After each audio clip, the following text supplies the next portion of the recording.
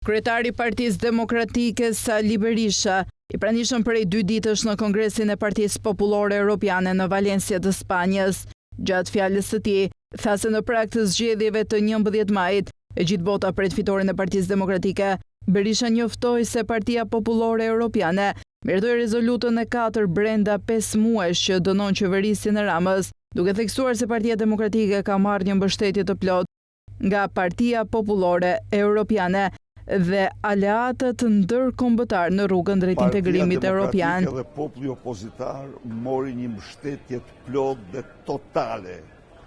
nga Partia Popullore Europiane. Këtu miratohet sot një rezolut në këto momente, pas kësaj interviste do jem aty, në të cilën denohen me forcë të gjitha problematika të mëdha të krijuara nga qeverisja e Edi Ramës, në raport me zgjedhjen, raport me opozitën, raport me zbatimin e ligjit, me korrupsionin dhe të gjitha. Pra mendoj se sot populli opozitar, pikërisht pak ditë para zgjedhjeve, merr një thirrje, një kushtrim për të ndarë nga të gjitha këto problematika të rënda të krijuar nga regjimi, në mënyrë që Partia Popullore Europiane,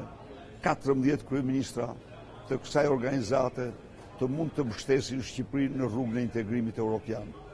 Kongresi i Partisë Popullore miratoi një rezolut ku ngriti alarmin për manipulimin elektoral, kapjen e shtetit dhe rrënimin e standardeve demokratike në Shqipëri, në qeverisjen e Edi Ramës, veçanërisht në prag të zgjedhjeve të 11 maj 2025. Rezoluta thekson se shqetësimet kryesore janë blerjet e votave përmes parave në dorë dhe të ardhurave nga kanabisi, keqpërdorimi i burimeve publike dhe tenderave gjatë periudhës parazgjedhore, punësime elektorale dhe favorizimi i mbështetësve të Partisë Socialiste, emërimi i palishëm i kryetarit të përkohshëm të Bashkisë Tiranë pas arrestimit të Erion Veliajt, shtypja e opozitës dhe kufizimi i medias, ndjekje penale dhe presion mbi liderët dhe kandidatët e opozitës, barazi në aksesi mediatik, dhe qëndrimin e pronësisë së medjave në favor të qeverisë, ndërsa një theks është vendosur edhe tek ndalesa e TikTok. Partitë Popullore kanë ngritur shqetësim për abuzimet me pushtetin vendor në Shqipëri, teksa ju bën thirrje institucioneve të dënojnë krimet zgjedhore.